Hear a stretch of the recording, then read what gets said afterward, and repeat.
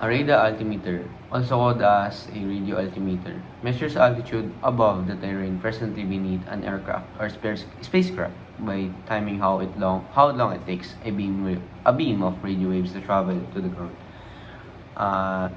Reflects and return to the aircraft. This type of altimeter provides the distance between the antenna and the ground directly below it, in contrast to a barometric altimeter, which provides the distance above a defined vertical datum, usually mean sea level. The radio altimeter is an important tool to help minimize the risk of CFIT because it provides an independent and unambiguous warning of proximity to the ground, regardless of any navigational uncertainty or error. Example is the missetting of the barometric altimeter subscale. As the name implies, radio or radio detection and ranging is the underpinning principle of the system. The system transmits radio waves down to the ground and measures the time it takes them to be reflected back up to the aircraft.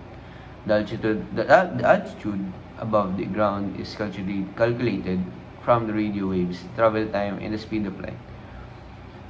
Radar altimeters required a simple system for measuring the time of flight that could be displayed using conventional instruments as opposed to a cathode ray tube normally used in early radar systems. To do this, the transmitter sends a frequency modulated signal that changes in frequency over time, ramping up and down between two frequency limits, frequency minimum and frequency max over a given time. In the first units, this was accomplished using an LC tank with a tuning capacitor, driven by a small electric motor. The output is then mixed with the radio frequency carrier signal and sent out the transmission antenna. Since the signal takes some time to reach the ground and return, the frequency of the received signal is slightly delayed relative to the signal being sent out at that instant. The difference in these two frequencies can be extracted in the frequency mixer, and because the difference in two signals is due to the delay reaching the ground and back, resulting output frequency encodes the altitude. The output is typically on the other hundreds of cycles per second, not megacycles, and can easily be displayed on analog instruments. The technique is known as frequency modulated continuous wave radar. Radar altimeters are frequently used by a commercial aircraft for approach and landing, especially in low visibility conditions. See instrument flight rules and automatic landings, allowing the autopilot to know when to begin the flare maneuver. Radar altimeters give data to the auto throttle, which is part of the flight computer. Radar altimeters are essential part in ground proximity warning systems, warning the pilot if the aircraft is flying too low or descending too quickly. However, radar altimeters cannot see terrain directly heading to the aircraft, only that below it.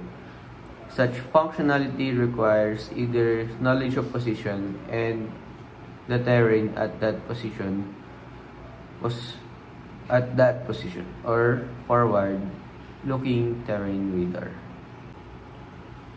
The radio altimeter, sometimes referred to as a radar altimeter, is designed to provide an accurate reference, in some cases within 2 feet of the aircraft above the ground. In most cases, in general and commercial aviation, this device is operational up to 2,500 feet above the ground.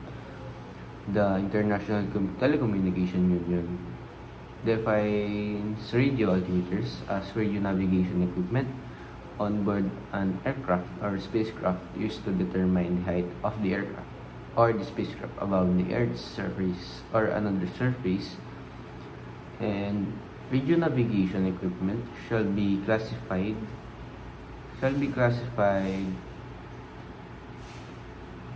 by the Radio Communication Service, in which it operates permanently or temporarily, and the use of radio altimeter equipped with equipment is categorized as a safety of life and must be protected for interferences